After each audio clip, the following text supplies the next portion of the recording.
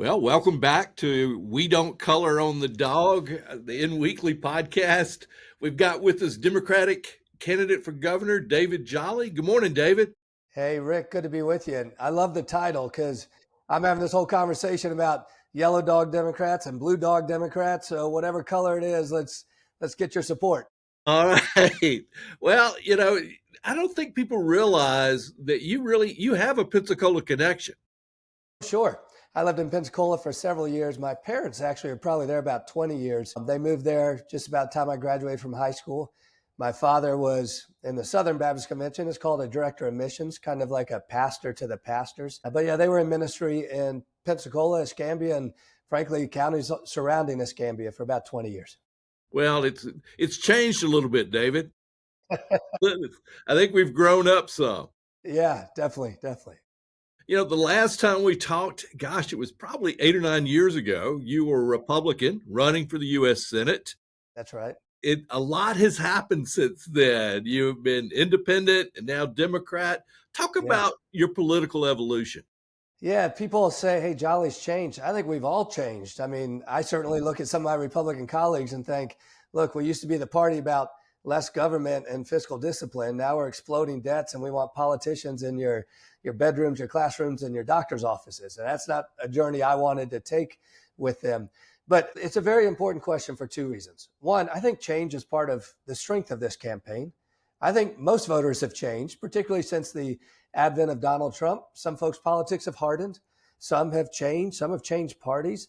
I'm part of the same change that I think many of us have had over the last 10 years in one direction or another. But also, I think it's important to recognize my values haven't changed. And I think where politicians open themselves up to very fair criticism is where we see people change their values, and particularly in a transactional way. Look, I point out that when I was a Bush 41 Republican my whole life. And when I came up through the Tea Party years, there was some dissidence there where I was fighting the Tea Party. And then in Congress, I look at a few of things that I was doing that reflected the values, maybe growing up in ministry or service or community.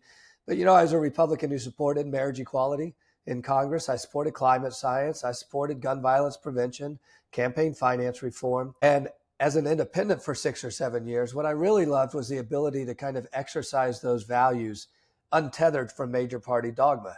I would say people get it wrong when they think all independents are moderates. Many are pluralists. I'm still for lower corporate taxes because I think it contributes to economic growth, but I'm for more gun violence prevention. I don't care if you call it left, right, or middle. That's just, where I think solutions are available. So fast forward then to what I see in today's Florida Democratic Party. I see three values that I've kind of believed in all along. We need an economy that works for all people, everyone from every walk of life. The economy should be lifting people up. I think we need a government that responsibly administers services efficiently and responsibly, but we need services for our seniors, for our veterans, for those who are homeless, for those who are in need, for those who can't afford health care.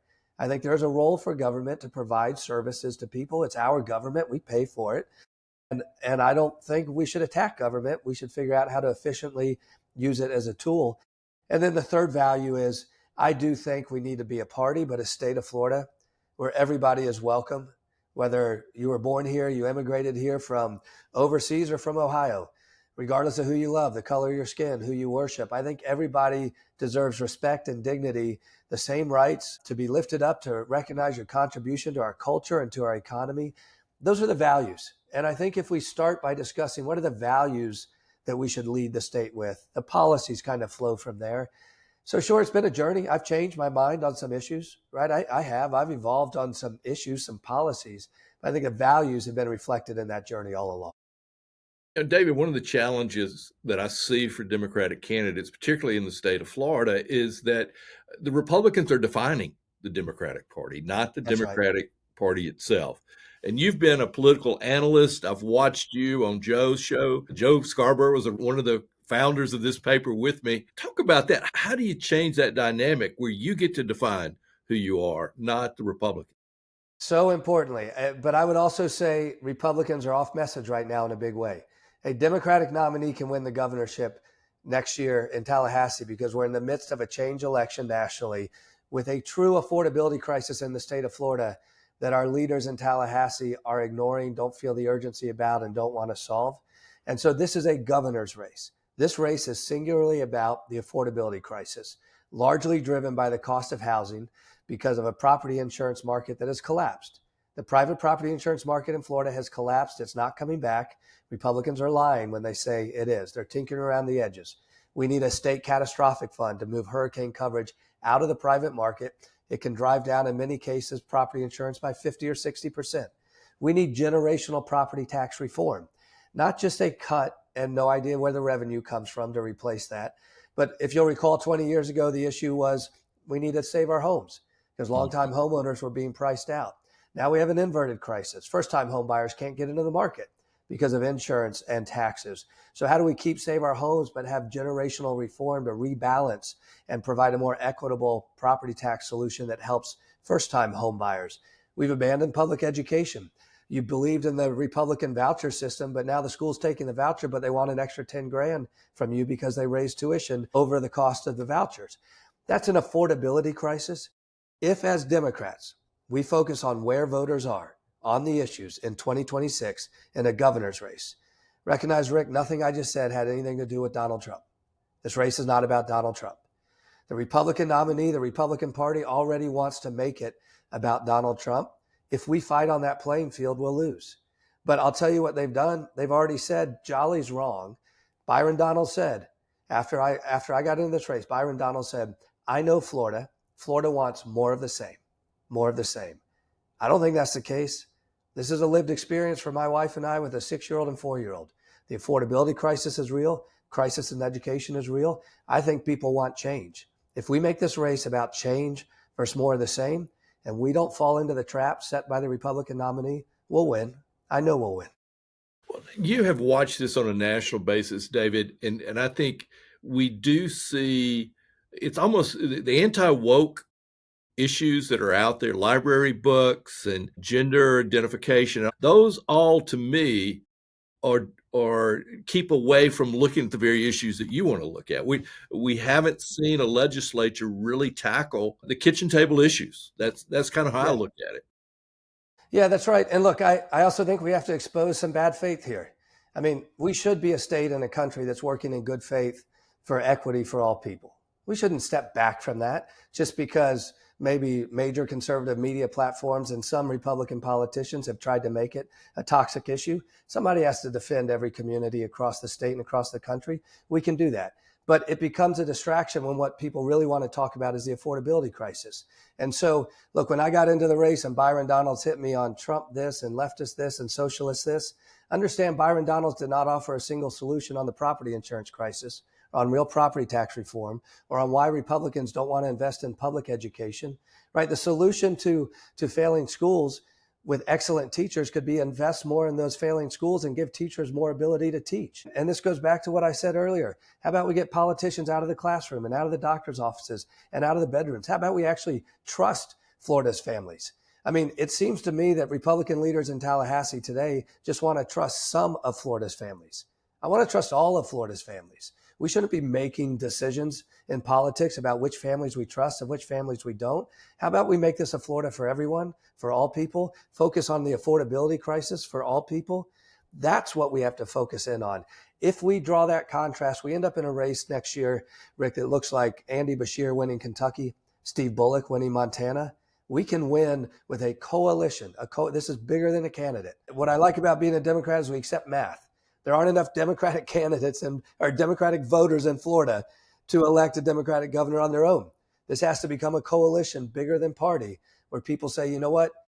I want change. I don't want more of the same. That's our message.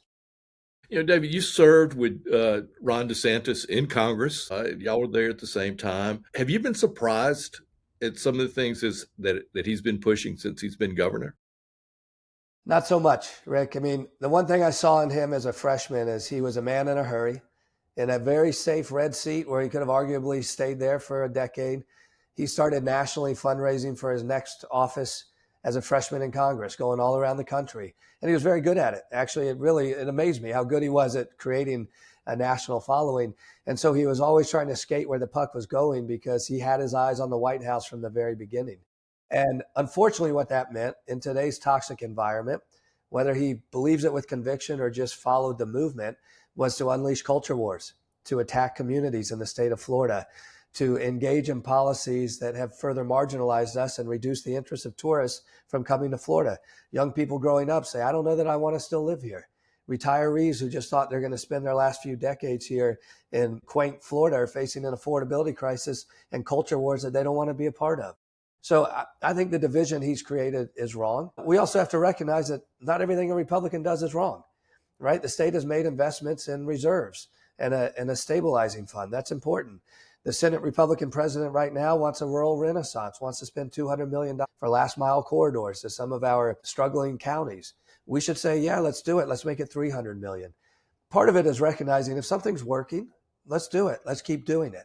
But where we have seen economic growth make a home for the rich and the reckless, but abandon everybody else, where we've seen culture wars lift up only some families, but not others, we need a change in that direction. I think the governor's been wrong in where he's taken us. Gosh, I guess the general election's about 18 months away or so. What's your political strategy to get you to that date and over the top? Throat lozenges, as you can tell. Look, so we've got to tackle a lot in Florida, right? I mean, this is a Herculean task, so we have to start now. There's a lot of elements. One, we have to be in every community across the state authentically. That means the Cuban and Venezuelan American communities in South Florida, where we build allies and evangelists and ambassadors, where we're speaking the language together. It means, as I did 6 weeks ago, sit with the Council of Black Pastors in Orlando and say, I'm not here to ask for your political support. I'm here to ask that we start a relationship, that we learn to listen to each other. I become better as an advocate for your community. We start to move forward together in a relationship of trust, and that next summer we start to try to create political change. But it means we also, as a Democrat, I have to sit with the faith community and say, look, I'm a Democrat because of these values that I believe better represent faith teachings, whatever faith that is, right? The basics of love, respect, and dignity and support.